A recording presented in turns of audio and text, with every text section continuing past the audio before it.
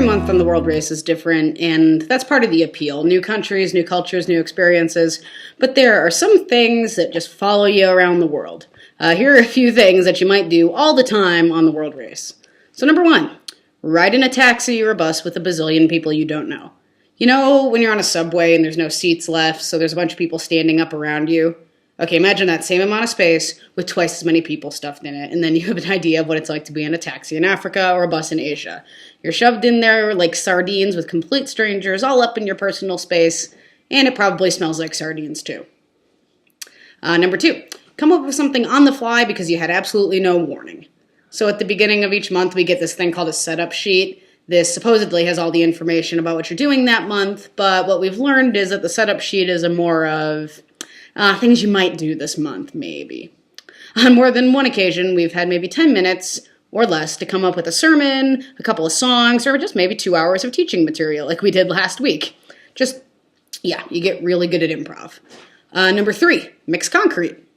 You know how when a church youth group goes on a week-long missions trip and then comes back with a bunch of pictures of them painting a wall? Well, we've done a little bit of painting here and there, but we mix concrete all the time on the race. That's our thing. Like we've done it in Swaziland, we've done it in Mozambique, we've done it in Nepal, Thailand here. It's been a little different each time, but the principle's basically the same. Sand, cement mix, water, mix it up. Sometimes we have a container to mix it up with. Sometimes we use the ground. In Mozambique, it was mud and water, but yeah, same idea. It's just something we do everywhere.